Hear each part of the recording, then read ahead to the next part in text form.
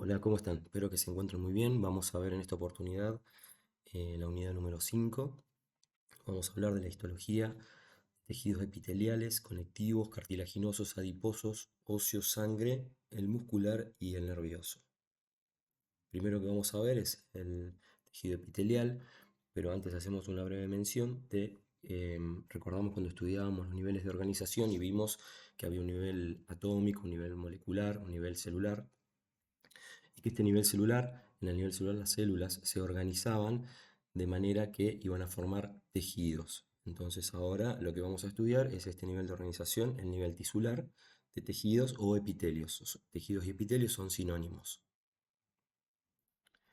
Los cuatro tipos de tejidos básicos en el cuerpo humano van a favorecer a la homeostasis mediante el cumplimiento de distintas funciones como protección, si hablamos del tejido epitelial, soporte, al que podemos referir como, podemos poner de ejemplo, perdón, al tejido conectivo, de comunicación intercelular, que ponemos de ejemplo al tejido nervioso, resistencia contra enfermedades, en este hablamos del tejido conectivo nuevamente, ya que posee las células em, que van a ser las encargadas de luchar contra los antígenos. Y el tejido muscular también puede ser parte del tejido de protección y movimientos. Comenzamos entonces con el tejido epitelial. Primero que vamos a ver, los tejidos epiteliales son los que revisten superficies corporales, tapizan órganos huecos y cavidades y conductos, dan origen a las glándulas, solamente forman parte, o sea, forman la parte secretora de las glándulas. Eh, Tienen inervación propia, esto es muy importante, si bien tienen inervación propia, pero son avasculares. ¿Qué significa que son avasculares? Que necesitan de otro tejido para poder obtener nutrientes y eliminar sus desechos. Es decir, el tejido epitelial es avascular, no tiene vasos sanguíneos, por lo tanto no llega sangre directamente hacia ellos, sino que dependen del tejido conectivo para que esto surja efecto. Entonces, poseen una gran velocidad de división celular. Los tejidos epiteliales se dividen continuamente. Se pueden dividir en dos tipos: un epitelio de cobertura y revestimiento que forma la capa externa de la piel y de los órganos internos, y también la capa interna de los vasos sanguíneos. En este lugar, en los vasos sanguíneos, se denomina endotelio. Los conductos y las cavidades corporales tapizan el interior de los aparatos respiratorio, digestivo, urinario y reproductores. Y el segundo tipo de epitelio es el glandular, como nombrábamos al principio, ¿sí? El tejido epitelial forma parte de la porción secretora de las glándulas, como tiroides, suprarrenales y las sudoríparas. En la imagen de la derecha podemos ver eh, un ejemplo de un tejido epitelial en donde vemos por encima, en rosado y con su núcleo violeta o lila, las células. Estas células apoyan sobre una membrana basal, que es la parte celeste o turquesa que está entre medio del epitelio y el tejido conectivo. Eso es la membrana basal. Y como vemos en amarillo, un nervio llegando hasta el tejido. Esto es lo que nombrábamos como inervación propia. ¿Sí? Tienen inervación propia, pero no vascularización, son avasculares. Vemos el vaso sanguíneo abajo en el tejido conectivo, ¿sí? Y este es uno de los vasos sanguíneos que va a nutrir al epitelio.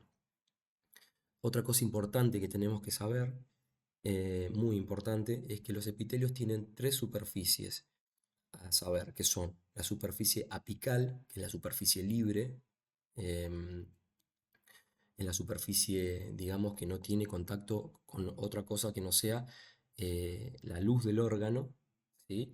Después tenemos superficies laterales. Las superficies laterales son importantes también porque en ellas vamos a encontrar uniones intercelulares, como por ejemplo desmosomas, hemidesmosomas, y en el tejido cardíaco vamos a encontrar uniones comunicantes que unen los distintos citoplasmas de las células. Y por último, una superficie basal. ¿Sí? Esta superficie basal apoya sobre la membrana basal. Entonces, importante recordar, todos los tejidos epiteliales poseen tres dominios de superficie o tres superficies, que son la superficie apical o superficie libre, superficies laterales y superficies basales.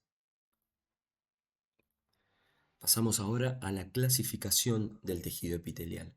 El tejido epitelial se va a clasificar según la forma de las células y la cantidad de capas. Em, Primero vemos la disposición en capas, ¿sí? Esto es la cantidad de capas. Decimos que si hay una sola capa de células, el epitelio se va a llamar simple.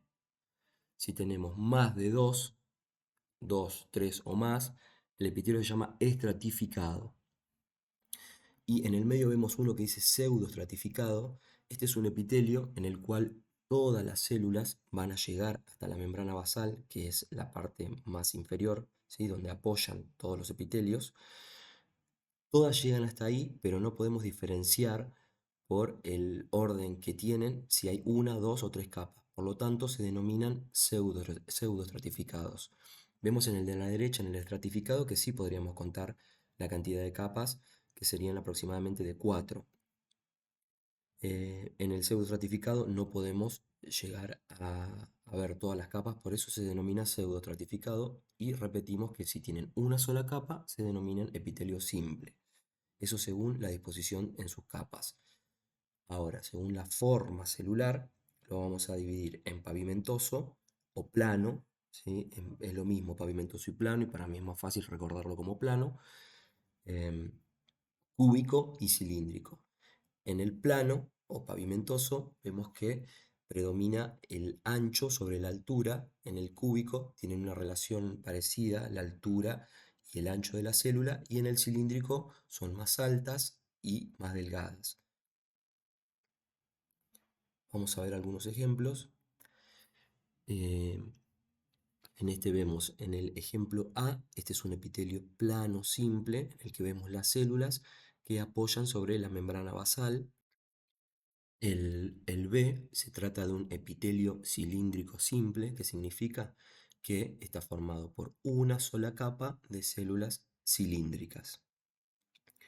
En el C vemos un epitelio pseudoestratificado. Repetimos que em, son células que, si bien todas llegan hasta la zona de la membrana basal, ¿sí? Hasta el final, hasta abajo, hasta la superficie inferior, no podemos distinguir en sí la cantidad de capas que hay. Por eso se denomina pseudoestratificado.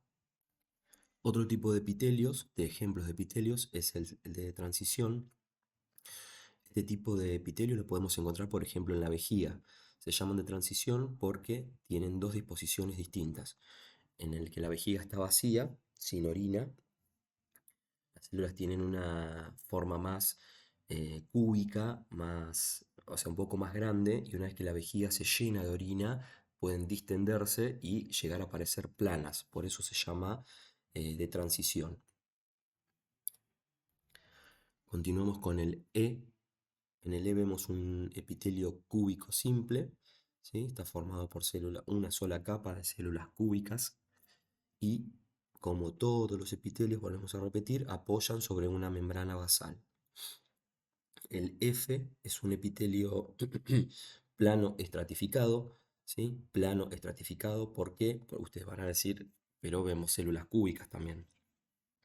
Los epitelios estratificados se clasifican o se nombran según los últimos estratos, ¿sí? O sea, las últimas capas, las más superficiales. Entonces, vemos que en el estrato superficial son células planas, y por eso el epitelio se denomina plano. Y estratificado porque vemos una, dos, tres, aproximadamente cuatro capas de células planas, ¿sí? Esto es muy a ojo, pero de esa manera se clasifican. La capa más superficial es la que le da el nombre, y la cantidad de capas es la que le da eh, la estratificación o que sea plano. ¿Por qué esto es así? Porque en el estrato basal, el F es un ejemplo de tejido epitelial que encontramos en la piel. El tejido de nuestra piel es un tejido plano, estratificado, queratinizado. Pero, o sea, vamos a encontrar queratina en algunas partes, en este por ejemplo no. Y las células abajo son cúbicas porque Una vez que se forman, o sea, que se dividen que se forman por división celular, van a ir subiendo, van a ir ascendiendo hasta la capa más superficial, en donde van a ir sufriendo la pérdida de material citoplasmático, provocando que se vayan aplanando. Cuando llegan a la superficie son células planas. Entonces, repetimos, es un epitelio plano estratificado. En el G vemos otro epitelio plano estratificado, también característico de la piel, pero en este caso queratinizado, ¿sí? Nosotros tenemos una piel fina y una piel gruesa, y en algunas partes tenemos queratina y en otras partes no. Vemos en este ejemplo, en el G, repetimos que es un epitelio plano estratificado queratinizado. La queratina en este momento no nos va a interesar tanto, ¿sí? Porque estamos viendo ejemplos y clasificación de los epitelios, pero recordar que hay epitelios que poseen queratina. Vamos a ver entonces que, al igual que en el superior, en el F, en el G encontramos células. En este dibujo están eh, representadas con puntitos, ¿sí? Son los que están debajo del estrato córneo. El estrato córneo es la queratina de la piel gruesa. En el estrato granuloso vemos el epitelio, ¿sí? Que son células planas y dispuestas una encima de las otras. Tenemos aproximadamente 3 capas y por eso es estratificado. Pasamos al tejido conectivo. Son tejidos de protección y soporte. Dan protección y soporte al cuerpo y a sus órganos. Mantienen a los órganos unidos. Una de las principales funciones es el almacenamiento de energía en forma de reserva de grasa. Ayuda a otorgar inmunidad a otros organismos, ya que posee células que pertenecen a la inmunidad, como los neutrófilos, los mastocitos, los eosinófilos. Por eso participa de la inmunidad contra microorganismos patógenos. Es uno de los más abundantes y de más amplia distribución en el cuerpo humano. Las diversas clases de tejido conectivo presentan distintas funciones. Se unen entre sí, fortaleciendo a otros tejidos corporales. Pueden también proteger y aislar a los órganos internos, ¿sí? Como el recubrimiento de los músculos, por ejemplo. El músculo tiene una cubierta de tejido conectivo que se llama epimicio, otra que se llama endomicio, otra que se llama perimicio, y constituyen compartimentos para estructuras como los músculos esqueléticos. A esto me refería cuando tienen esta envoltura. Los músculos tienen una envoltura de tejido conectivo. También participan como principal medio de transporte, ya que, por ejemplo, la sangre es un tejido conectivo líquido y son el depósito principal de la reserva de energía, ¿sí? Tejido adiposo o grasa.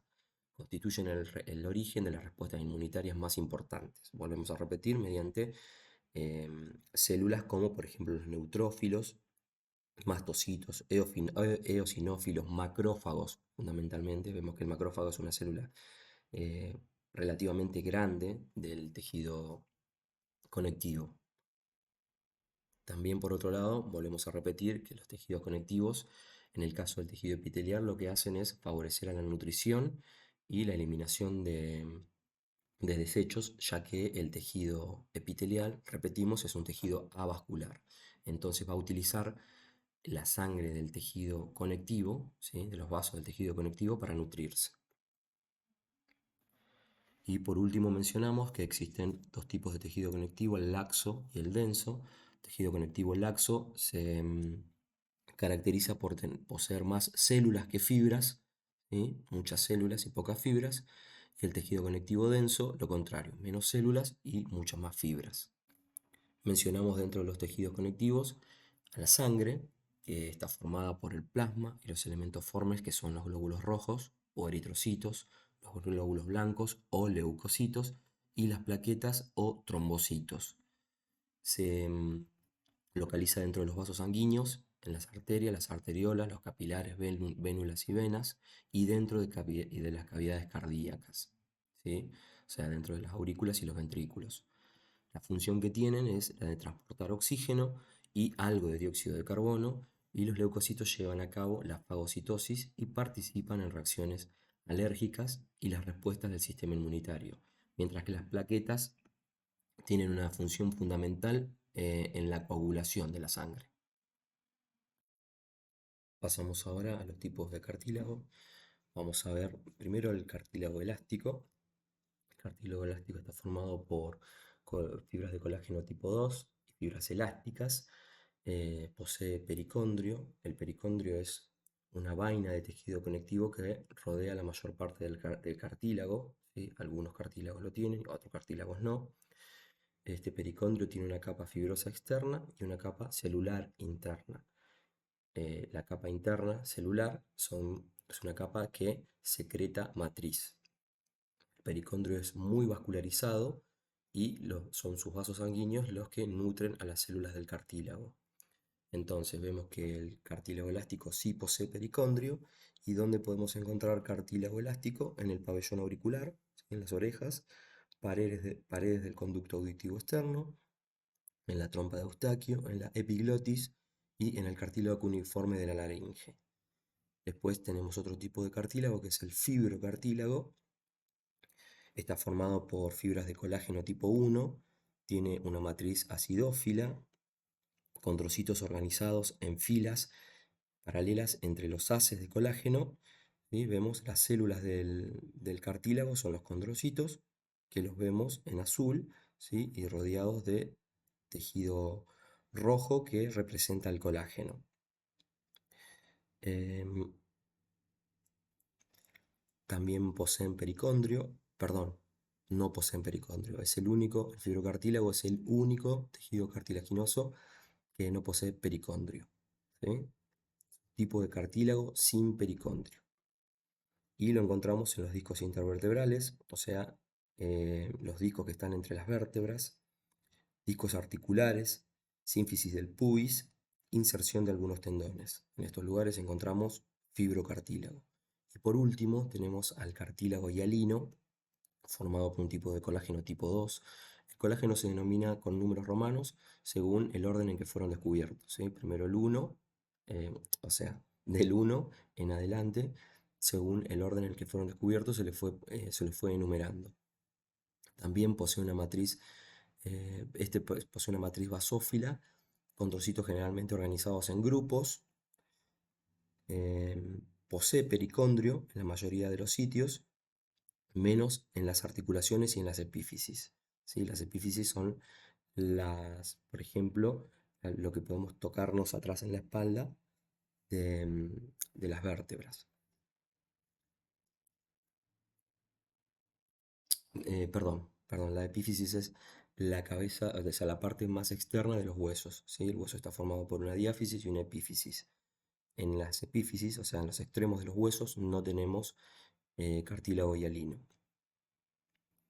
Entonces vamos a encontrar este tipo de cartílago en los huesos largos, en la nariz, en la laringe, en la tráquea, en los bronquios, en los extremos ventrales de las costillas.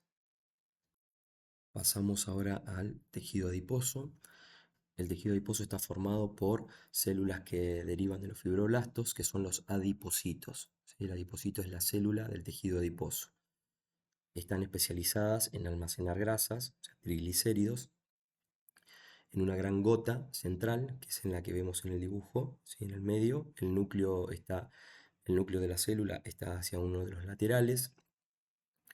Eh, Podemos mencionar que cuando un individuo aumenta de peso, la cantidad de tejido adiposo va a aumentar y esto genera que se formen nuevos vasos sanguíneos. Esto puede provocar que la persona padezca hipertensión arterial, dado que el corazón tiene que bombear con más fuerza la sangre, ¿sí? A los nuevos vasos sanguíneos. La mayoría del tejido adiposo en los adultos se encuentra en tejido adiposo blanco, el que acabamos de mencionar, y también tenemos otro tipo de tejido adiposo que se llama tejido adiposo pardo. Es más oscuro porque tiene mucha irrigación sanguínea y muchas mitocondrias. Este tejido adiposo pardo se puede encontrar con mayor cantidad en el feto y en el lactante, y el adulto tiene menores cantidades. La localización del tejido adiposo es en los sitios donde va a existir tejido areolar, tejido celular subcutáneo, ubicado debajo de la piel, alrededor del corazón y los riñones, en la médula ósea amarilla y en las almohadillas alrededor de las articulaciones y detrás del ojo en la cavidad orbitaria. orbitaria, perdón. ¿Cuál es la función? Es reducir la pérdida de calor a través de la piel, sirve como reserva de energía y brinda soporte y protección a los órganos. Y en el recién nacido, el tejido adiposo pardo es el que genera calor para mantener la temperatura corporal que necesita el recién nacido. Respecto del tejido óseo, vamos a tener dos tipos de tejido óseo compacto y tejido óseo esponjoso. El cuerpo humano está compuesto por alrededor del 80% de tejido óseo compacto, ¿sí?, que forman los huesos, y tejido óseo esponjoso en un 20%. ¿Qué tenemos que saber de acá? Que la osteona, que es el dibujito que podemos ver a la izquierda en el hueso óseo compacto, la osteona es la unidad estructural y funcional del hueso.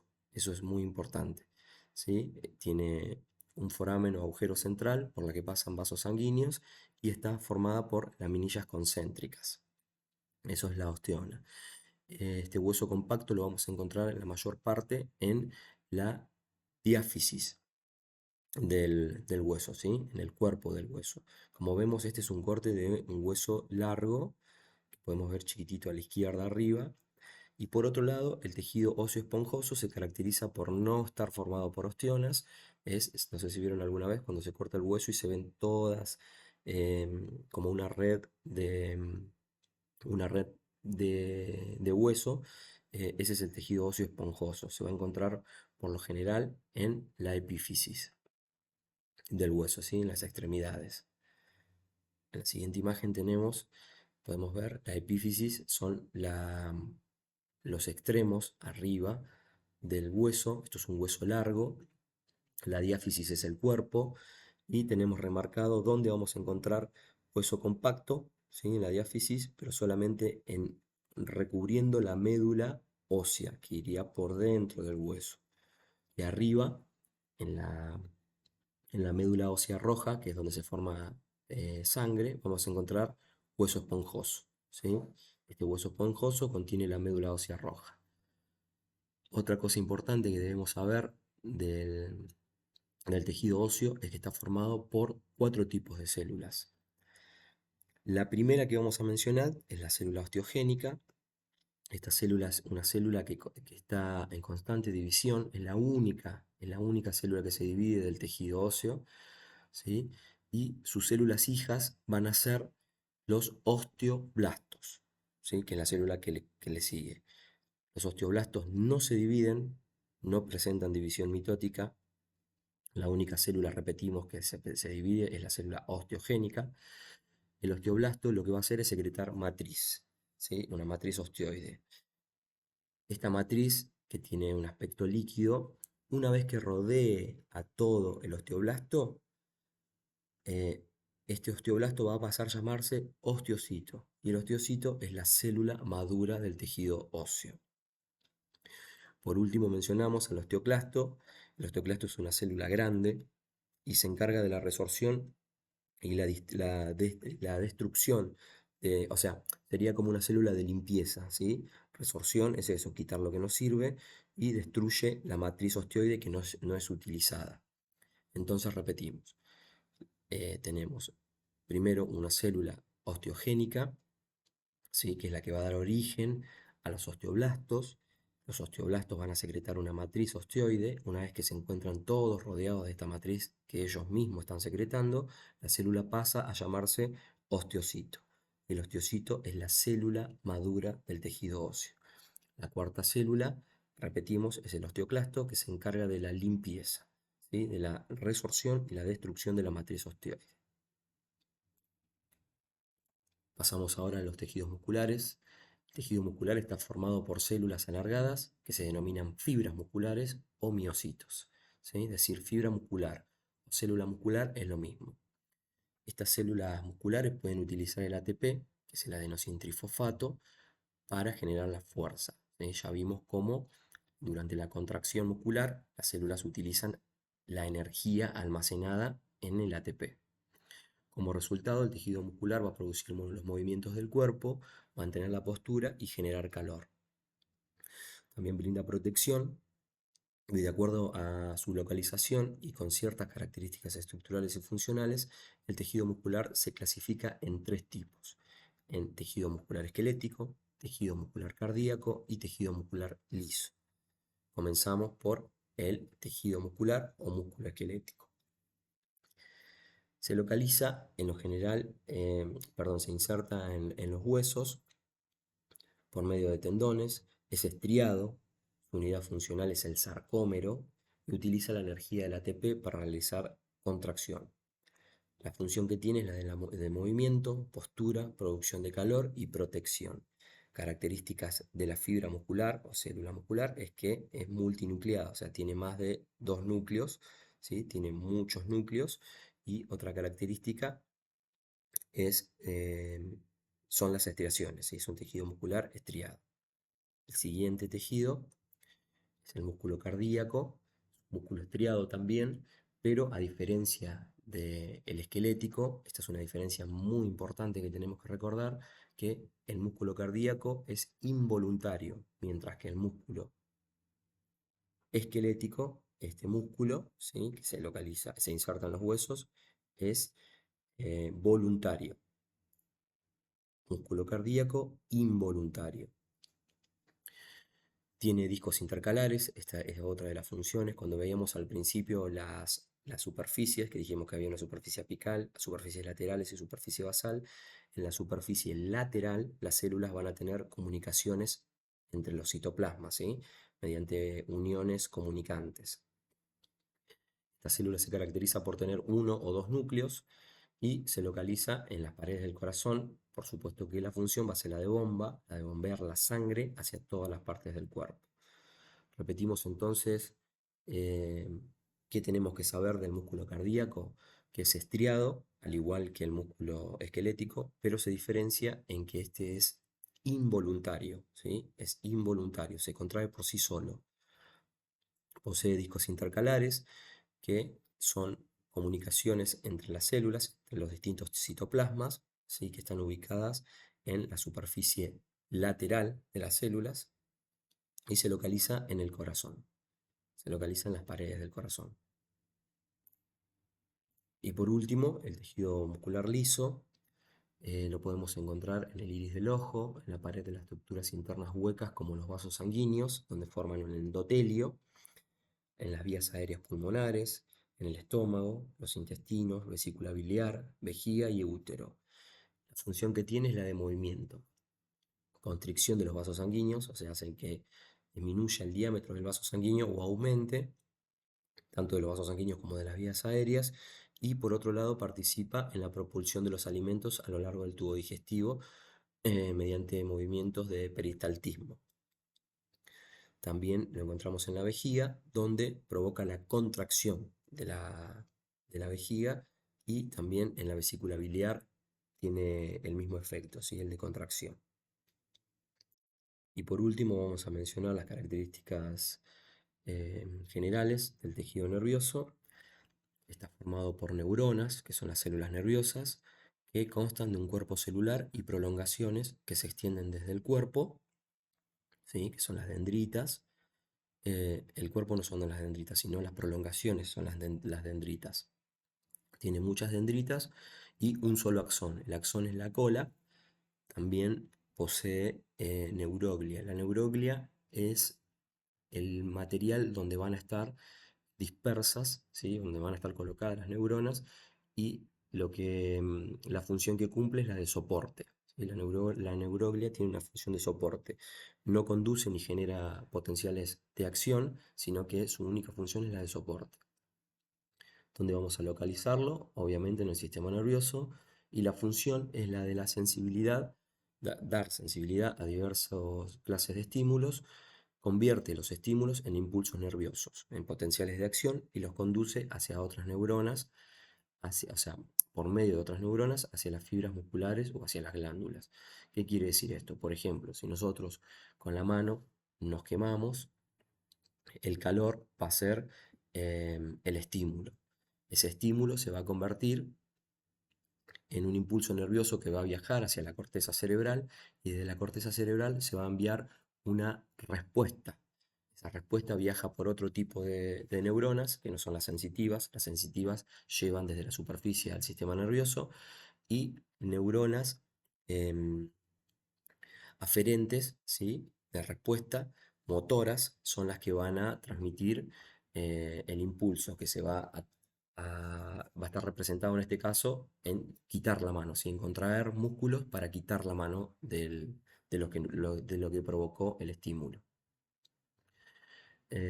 Bueno, hasta acá llegamos con la clase de tejidos. Nos vemos la próxima clase. Espero que se encuentren muy bien.